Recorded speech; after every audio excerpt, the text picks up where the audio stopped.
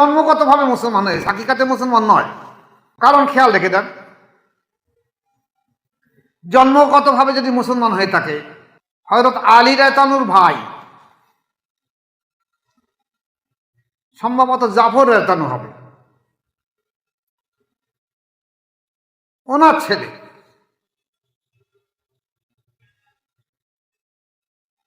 জন্মগতভাবে মুসলমান ছিল, তারা এসে রাসূল পাক সাল্লাল্লাহু আলাইহি ওয়াসাল্লামের কাছে বায়াত গ্রহণ করলো। তারা তো মা মুসলমান এবং সাহাবা, বাপ মুসলমান এবং সাহাবা,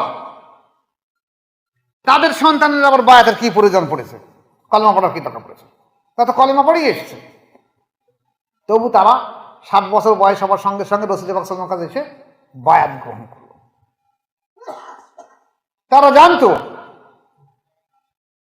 যে কলেমা স্বীকার না করলে তারা মুসলমান হতে পারে না। একটু পিছিয়ে যান, আমাদের সঙ্গে সাহাবাদের পার্থক্য দেখে নেন। হযরত ওমর রাদিয়াল্লাহু আনহু ঘটনা বলে একটুখানি বুঝতে পারবেন। মক্কার তখন সমস্ত সম্ভ্রান্ত বংশরা তারা চেষ্টা করলো কিভাবে ইসলামের নাম নিশানা মুছে দেওয়া যায়। তাই মক্কা শহরের মধ্যে সব থেকে বড় যোদ্ধা ছিল হযরতে ওমর রাদিয়াল্লাহু আনহু। সমস্ত মক্কাবাসীরা ধরলো যে তোমাকে এক কাজ করতে হবে, আমাদের বাপ দাদাদের 14 পুরুষের ধর্ম, আমরা মূর্তি পূজা করি, সেইগুলোকে আজকের এই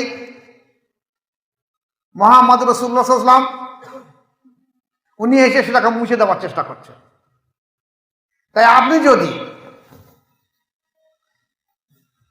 হযরত মুহাম্মদ রাসূলুল্লাহ সাল্লাল্লাহু আলাইহি ওয়াসাল্লামকে দুনিয়ায় থেকে নাম নিশানা মুছে দিতে পারেন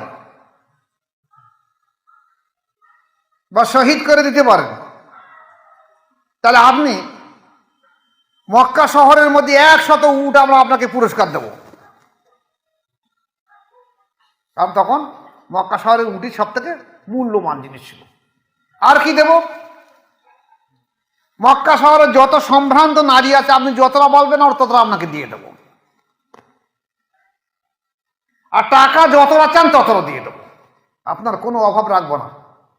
শুধু আপনার কাছে একটা অনুরোধ যে আপনার মতো মুহাম্মদ রাসূলুল্লাহ সাল্লাল্লাহু আলাইহি ওয়াসাল্লামকে দুনিয়া থেকে সরিয়ে দিয়ে দেন।